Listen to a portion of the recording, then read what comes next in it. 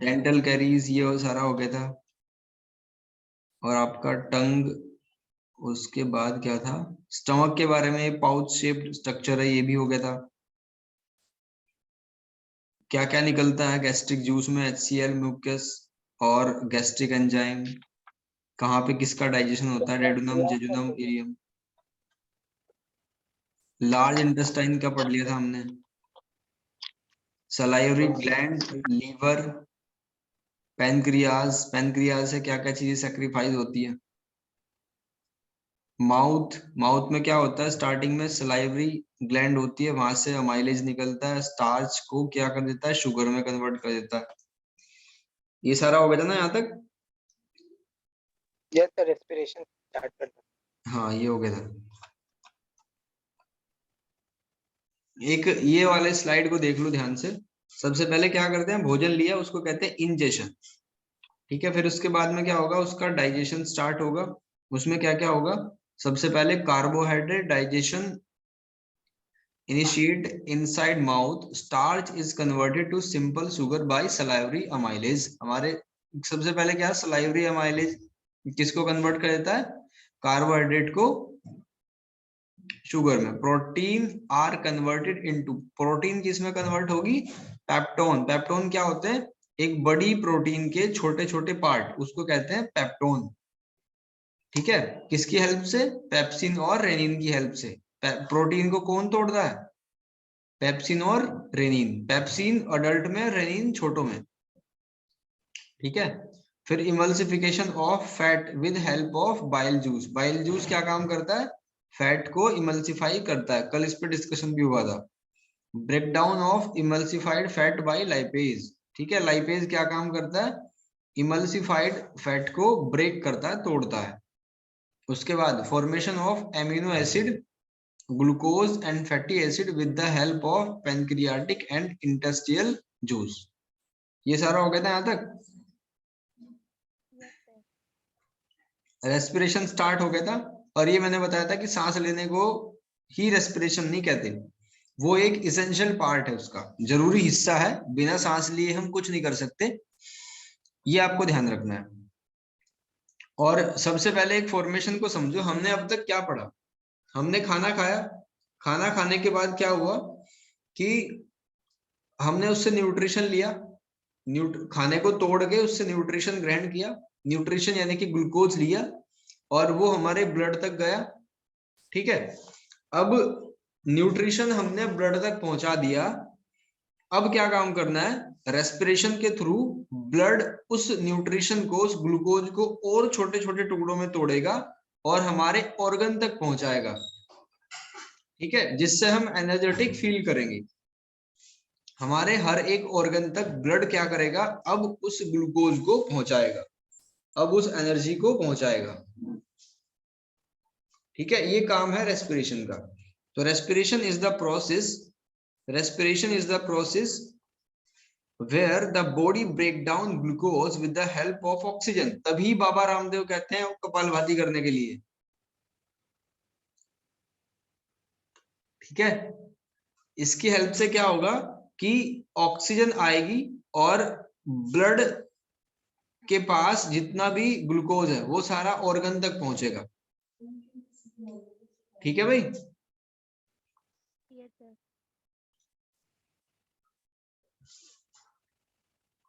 इसके बाद it is the part of metabolism process where energy molecule is released while carbon dioxide and water produced. Metabolism process क्यों कहा, क्योंकि इसमें क्या होता है, टूटना और बनने की प्रक्रिया जब हो उसको मेटाबॉलिज्म कहते हैं। तो अगर देखा जाए तो एनाबॉलिक और कैटाबॉलिक दो प्रकार थे, एनाबॉलिक और कैटाबॉलिक। तो मोस्टली ये कैटाबॉलिक होता है, क्योंकि इसमें क्या हो रहा है, ग्लूकोज टूट रहा है। Commonly people always thinking that breathing and respiration both are same thing, but actually they are not same। ये पढ़ लिया हमने। रेस्पिरेशन क्या है, रेस्पिरेशन न्यूट्रिशन को तोड़ना, यानी ब्लड क्या करेगा, ऑक्सीजन की हेल्प से न्यूट्रिशन यानी आपके ग्लूकोज को ऑर्गन तक पहुंचाएगा, पूरी बॉडी में सर्कुलेट कराएगा। ठीक है, जबकि ब्रीथिंग तो एक सिंपल सी प्रक्रिया है, सांस लेना ब्रीथिंग है। हम ब्रीथिंग को थोड़ी देर के लिए रोक सकते हैं, लेकिन रेस्पिरेशन को कभी नहीं रोका जा सकता। ये कुछ कॉमन डिफरेंस है। This is a physical process, मतलब सांस लेते छोड़ते हैं तो पड़ोसी को भी पता चलता है, लेकिन रेस्पिरेशन आपके अंदर होता है, इसका किसी को पता नहीं चलता। This involve 2 step. इसमें क्या होता है? वेंटिलेशन, यानी movement of air in and out, ठीक है, इसको वेंटिलेशन कहते हैं। दूसरा गैस एक्सचेंज। गैस एक्सचेंज कैसा? कि ऑक्सीजन को तो लेंगे, एब्जॉर्प्शन ऑफ ऑक्सीजन होगा, किससे? Lungs, and release the carbon dioxide, carbon dioxide release होगी, ठीक है। In term of action this is voluntary. Voluntary का मतलब हम इसको कभी कभी रोक भी सकते हैं। We can take deep and shallow और फास्ट, मतलब हम उसको धीरे से ले भी सकते हैं, तेज तेज भी ले सकते हैं, और थोड़ी देर के लिए रोक भी सकते हैं। It is not an active process, there is no conversion of energy taking place. तो यहाँ एनर्जी का कन्वर्जन तो नहीं होता। रेस्पिरेशन को देखो, this involve one process produce energy and eliminate the carbon dioxide and water in the blood, ठीक है भाई। तो CO2 और ब्लड जो है एलिमिनेट होती है। हम सांस में क्या निकालते हैं? CO2 निकालते हैं ना। दिस इनवॉलेंट्री, मतलब इसको रोका नहीं जा सकता। It can not be control like breathing. It is an metabolic process that, metabolic का मतलब क्यों कहा? क्योंकि वो कैटाबॉलिक है। प्रोसेस तो मेटाबॉलिज्म ही कहा जाएगा ना। एनर्जी क्या हो रहा है उसमें कि ग्लूकोज आपका छोटे छोटे पार्ट में टूट रहा है, जो हम आगे पढ़ने वाले हैं। यहाँ तक बताओ, कोई दिक्कत है क्या? No sir. आवाज बहुत दूर से आ रही है दीदी आपकी। Type of respiration. Aerobic respiration वो होता है जिसमें ऑक्सीजन का यूज हो। एनारोबिक रेस्पिरेशन वो होता है जिसमें ऑक्सीजन का यूज ना हो, यानी कम हो बहुत, ठीक है भाई। Yes sir. यश अग्रवाल, यहाँ तक कोई दिक्कत? No sir. आगे बढ़ो। टाइप ऑफ रेस्पिरेशन में सबसे पहला हमारा एरोबिक रेस्पिरेशन। एरोबिक में क्या? It is a process of cellular respiration that uses oxygen in order to break down respiratory substrate which then release energy। तो ऑक्सीजन क्या काम कर रही है? हमारी हेल्प कर रही है। ये ब्लड है, ब्लड में ऑक्सीजन आएगी अंदर और क्या करेगी? इसको एनर्जेटिक कर देगी, और ये क्या काम करने लगेगा? ग्लूकोज को, यानी एनर्जी को तोड़ के हमारे हर एक ऑर्गन तक स्टार्ट कर देगा पहुंचाना। तो 38 molecule of ATP are released for every. जब आप एक ग्लूकोज को ब्रेक डाउन करते हो ऑक्सीजन के द्वारा, तो 38 मॉलिक्यूल ऑफ एटीपी, यानी काफी सारी एनर्जी निकलती है। It take place in the cytoplasm. Cytoplasm क्या होता है? जो सेल होती है ना हमारी, सेल के अंदर जो लिक्विड भरा होता है, यानी उस जगह को, उस पूरे को क्या कहते हैं? साइटोप्लाज्म या ग्लाइकोलाइसिस एंड माइटोकॉन्ड्रिया, ठीक है। इट टेक प्लेस, मतलब ये सारी चीजें हो कहाँ रही है? हमारी सेल के अंदर। सेल कोई सेल ऑर्गन होगा, और उस सेल ऑर्गन को क्या कहते हैं? माइटोकॉन्ड्रिया। तो ये जो पूरा प्रोसेस हुआ, यानी ऑक्सीजन आया, ऑक्सीजन ने क्या काम करा? ऑक्सीजन ने ग्लूकोज को तोड़ दिया और एनर्जी बनाई। तो ये सारा काम माइटोकॉन्ड्रिया में होगा, ठीक है भाई। और इसका एक Yes, sir. इंपॉर्टेंट नाम है, इसको क्या कहते हैं? Curbs and electron transport chain भी इसी को कहते हैं, या ग्लाइकोलाइसिस भी कहते हैं इसी को। ये किसमें होता है? माइटोकॉन्ड्रिया में होता है। It involve complete breakdown of glucose molecule into carbon dioxide and water. तो ये रिएक्शन को समझो। हमने क्या लिया? 6 कंपाउंड लिए ग्लूकोज के, ग्लाइकोलाइसिस हुआ कहाँ पे? साइटोप्लाज्म में। तो क्या बना? पायरुविक एसिड, ठीक है। ध्यान रखना, ग्लूकोज को और सिंपल तरीके से अगर हम देखें, यानी और छोटे छोटे पार्ट में तोड़ दें, जैसे प्रोटीन को छोटे पार्ट में तोड़ के क्या कहा था हमने? बताओ। Yes, sir.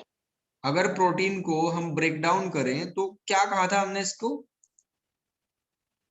Peptones. Sir, protein, pepsin, अभी तो बताया, प्रोटीन को क्या कहते हैं? पेप्टॉन्स।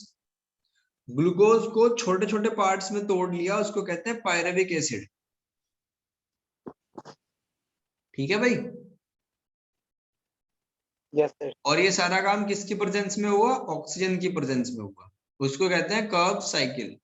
और क्या बना? CO2, H2O और एनर्जी बनी। ठीक है, CO2 को बाहर निकाल देंगे और H2O को हम यूज Yes. कर लेंगे जब हमें जरूरत होगी तो ये पूरा मैकेनिज्म है। अब देखो एनारोबिक, एनारोबिक में क्या होगा? It is a process of cellular respiration, यानी सेल के अंदर होता है, that take place in the absence of oxygen. यहाँ पे ऑक्सीजन की एब्सेंस होती है। मान लो हमारा स्टेमिना है 100 मीटर दौड़ने का, ठीक है, हमें दौड़ा दिया 120 मीटर, तो हम 100 मीटर तो अच्छे से दौड़ेंगे, लेकिन जब वो 20 मीटर है उसमें हम ये सेलुलर एनारोबिक रेस्पिरेशन होगा, यानी ऑक्सीजन हमारे पास उतनी मात्रा में नहीं है, लेकिन हम उसका काम करेंगे। कैसे करेंगे? देखो, it is a process of cellular respiration that take place in the absence of oxygen. There is incomplete breakdown. ध्यान रखना, ये complete breakdown नहीं होता, क्योंकि यहाँ ऑक्सीजन कम है, ना के बराबर है। तो incomplete breakdown of respiratory substrate and little energy is released. थोड़ी सी एनर्जी निकलती है, ठीक है, यानी 2 molecule of ATP are released for breakdown of every glucose molecule. It take place in the cytoplasm of the cell. Mitochondria इसमें नहीं involve होता, यानी होता तो ये भी किसके अंदर है? साइटोप्लाज्म में ही होता है, सेल के अंदर ही होता है, लेकिन ये माइटोकॉन्ड्रिया में नहीं होता। ठीक है, जो एरोबिक था वो माइटोकॉन्ड्रिया में होता है। सारे MCQ में बन के आपके सामने क्वेश्चन आ जाएंगे। तो incomplete breakdown of respiratory substance release less energy. जो कंप्लीट ब्रेकडाउन हुआ था उसमें ज्यादा एनर्जी निकली थी, और इनकम्प्लीट में कम एनर्जी निकलेगी। यहां तक क्लियर है बात? Yes, sir. ग्लूकोज Yes, के sir. 6 कंपाउंड लिए, ग्लूकोज के तोड़ने को ग्लाइकोलाइसिस कहते हैं, साइटोप्लाज्म में ही हुआ। पायरुविक एसिड के 3 कंपाउंड निकले, लेकिन यहाँ ऑक्सीजन नहीं थी। पहले वाली स्लाइड में देखो ऑक्सीजन थी, ठीक है, तो क्या होगा? लैक्टिक एसिड बनेगा। अब आप एक चीज देखो, जब आपकी कैपेसिटी थी 100 मीटर दौड़ने की, आपको 200 मीटर दौड़ा दिया, ठीक है, तो क्या होगा? वहां ऑक्सीजन नहीं है। अब आपकी कैपेसिटी, आपका स्टेमिना खत्म है, तो बाद में जब आप दौड़ोगे तो वहां ऑक्सीजन नहीं है, तो वहां क्या होगा? आपके सेल में एक एसिड बनेगा जिसको कहते हैं लैक्टिक एसिड, जो आपकी थकान के लिए जिम्मेदार है। ठीक है, जब हम ज्यादा वर्क कर लेते हैं या कुछ अजीबो गरीब काम कर लेते हैं, यानी कभी कभी मान लो आप 2-4 महीने में एक बार खेलने गए, तो जैसे ही आप बॉलिंग करोगे या बैटिंग करोगे, दौड़ोगे, तो आपके शरीर में अकड़न होगी। तो वो अकड़न किसके कारण होती है? लैक्टिक एसिड के कारण होती है। लैक्टिक एसिड ऑक्सीजन की एब्सेंस में रिलीज हो जाता है और हमारी सेल में जम जाता है, जिसके कारण हमें थकान फील होती है, यानी कि वो दुखता है फिर। अब इसकी ये कैरेक्टरिस्टिक ये भी है कि 3-4 दिन में लैक्टिक एसिड अपने आप ही रिलीज हो जाता है, तो हमारा शरीर फिर से नॉर्मल हो जाता है। ठीक है भाई, तो इसमें क्या हुआ? लैक्टिक एसिड निकला, क्योंकि ऑक्सीजन नहीं थी। 3 कंपाउंड प्लस 2 ATP, बहुत कम एनर्जी निकली। तो यहां तक का प्रोसेस क्लियर है आपको? Yes, sir. अब देखो एक स्लाइड है, Yes, sir. Cellular respiration. Cell के अंदर जो रेस्पिरेशन है, ग्लूकोज का फॉर्मूला क्या है? C6H12O6, 6 कार्बन मॉलिक्यूल है, ठीक। तो ग्लाइकोलाइसिस हो रहा है साइटोप्लाज्म में, क्या बन रहा है? पायरुविक एसिड बन रहा है। तो पहले प्रेजेंस ऑफ ऑक्सीजन थी, तो क्या बना? क्रेब्स साइकिल कहा उसको हमने, इलेक्ट्रॉन ट्रांसपोर्ट चेन भी कहा।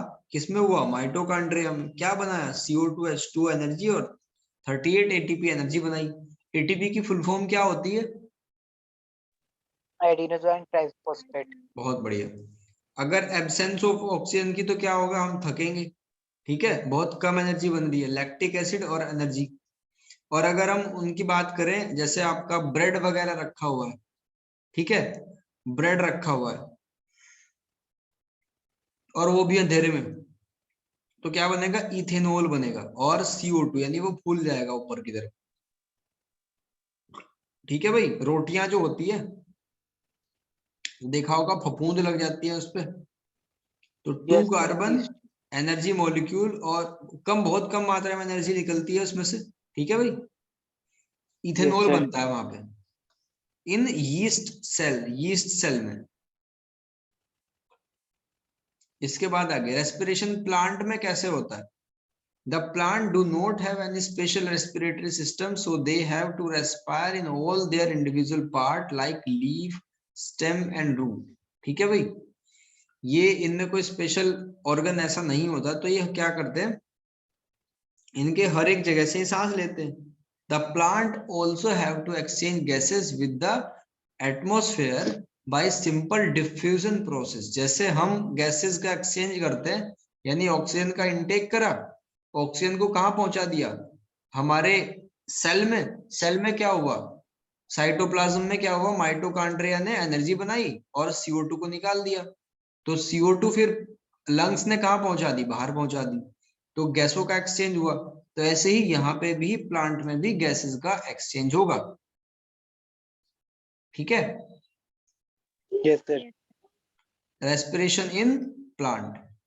The direction of diffusion mainly depend upon environmental condition and requirement of plant during daytime when photosynthesis occur. दिन में क्या होता है, photosynthesis होता है, क्योंकि sunlight present होती है. Carbon dioxide is rapidly used up while oxygen released in the major event. On the other hand, during night elimination of carbon dioxide take place. तो रात को क्या हो रहा है, CO2 CO2 का एलिमिनेशन हो रहा है और दिन में फोटोसिंथेसिस कार्यक्रम चल रहा है. ये पूरा मैकेनिज्म है रेस्पिरेशन इन प्लांट. ठीक है भाई, दिन और रात का पूरा फिगर इसमें समझाया हुआ है. रेस्पिरेशन इन प्लांट, ये हमारा स्टोमेटो और लेंटिसल, रूट हेयर, ये सारी चीजें अभी बची हुई है. आप इसके साथ साथ में नोट्स बना रहे हो या प्रिंट आउट निकलवाओगे? अभी नोट्स बना रहे हैं. नोट्स बना रहे हो तो और अच्छी बात है, आपको याद भी हो जाएगा साथ साथ में. और थोड़ा वो डायग्राम वगैरह भी ड्रॉ कर लिया करो, जैसे पौधा वगैरह, पौधा है या कोई ये इस तरीके से फ्लो चार्ट है, तो इनको ड्रॉ कर लिया करो. ओके भाई, सर. कल का जो हमारा टॉपिक रहेगा ना, मेरा सजेशन ये है कि आप क्लास को लेने से पहले PDF भी देख लिया करो, एक बार उसको पढ़ लिया करो. कल हम रेस्पिरेशन करेंगे प्लांट में, पूरा डिटेल में पढ़ने वाले हैं. और क्या करेंगे, रेस्पिरेशन इन वेरियस, ये तो प्लांट का ही पार्ट है, इसको कंप्लीट कर लेंगे. प्लांट वाला ये स्लाइड भी कर देंगे पूरी. Respiration in human, respiration system in man, ये लेफ्ट एंड राइट, ये सारी चीजें लिखी हुई है इसमें. नेजल चैम्बर, ये कहाँ से क्या क्या होता है, ये सारा कुछ बताया हुआ है बहुत बढ़िया तरीके से. रेस्पिरेशन इन ह्यूमन, फिरनिक्स, ट्रैकिया, जो स्टार्टिंग की स्लाइड में मैंने बताया था रेस्पिरेशन इन ह्यूमन में. द वॉइस बॉक्स, लंग्स, मतलब कल हम यहाँ तक कंप्लीट कर लेंगे एल्वेलाई तक. ठीक है, ये लास्ट पोर्शन होता है रेस्पिरेशन का, सबसे अंत में हवा वहां पहुंचती है एल्वेलाई में. ठीक है भाई. Yes sir. कल रेस्पिरेशन को कंप्लीट कर लेंगे. एल्वेलाई ये मोस्ट इंपोर्टेंट पार्ट है, मैंने लास्ट में भी जब पहले कराया था तब भी ये समझाया था. Ribs, diaphragm, mechanism of gases exchange. तो ये कल मान लो टारगेट सेट करते हैं, रेस्पिरेशन ह्यूमन का कंप्लीट कर लेंगे और एनिमल का बच जाएगा. फिर एनिमल कैसे सांस लेते हैं, या मैं कोशिश करूंगा कि नेचुरल रेस्पिरेशन पूरा ही खत्म करा दूं. फिर इसके बाद ट्रांसपोर्टेशन रह जाएगा आपका, मेन है इसमें ट्रांसपोर्टेशन, फिर इसके बाद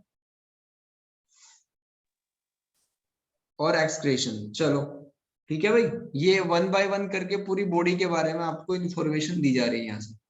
तो आप एक काम करना, इस PDF को, इस PPT को पहले पढ़ लेना ट्रांसपोर्टेशन तक, फिर इसके बाद मैं क्लियर कर दूंगा. ठीक है भाई, चलो आज के लिए इतना ही.